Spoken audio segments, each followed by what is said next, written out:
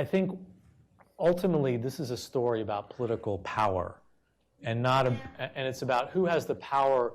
Basically, the problem with the mental health system is that we ourselves, as survivors, as patients, as people in the systems, we're not running the system.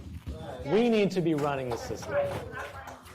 That's basically what needs to be happening. And the asylum system, the warehousing in the state hospitals transitioned to adult homes, and the people who were running that were the people who ran the old asylums, and then that ended up being a disaster.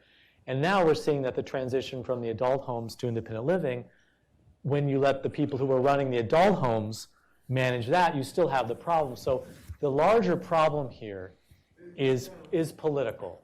It's about when are patients and people receiving services, and that we know best, and also the family members, the people who are connected to our communities, when are we going to not just have a seat at the table, when are we going to be in leadership for redesigning the whole system so that it actually solves these problems?